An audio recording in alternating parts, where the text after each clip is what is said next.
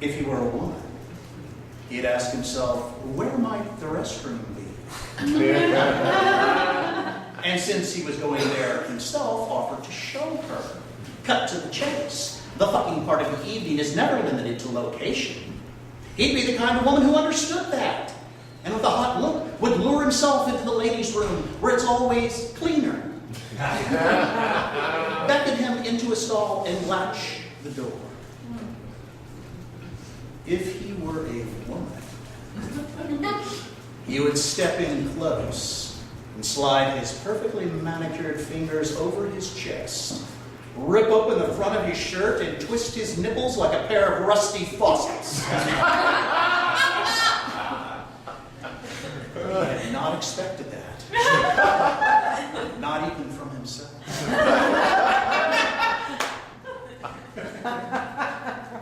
If he were a woman, he'd reach out with a pointy toe of his black suede ankle boot, flip the toilet seat down, hike his skirt, and say, "My vagina needs a monologue."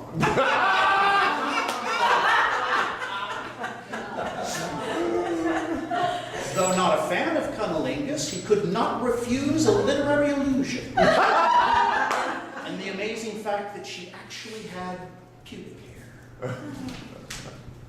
You could hear her through the door mumbling how she was sweet as summer cantaloupe, falling from the back of a truck and bursting on a hot Texas highway.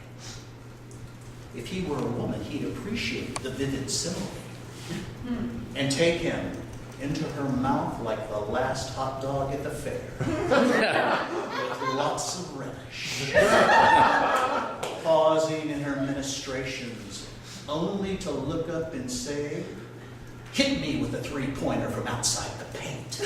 Go on, put it in my basket." Oh, he liked that. Except he hated the taste of semen. Even his own.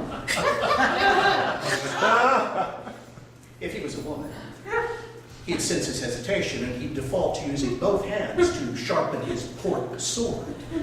And just as he was about to loose a stream of hot nut yo play, she'd hit the flush handle, power flushing the toilet again and again and again and again, inhaling delicious negative ions from the tumbling waters, even as it drowned the sounds of the language they were just inventing.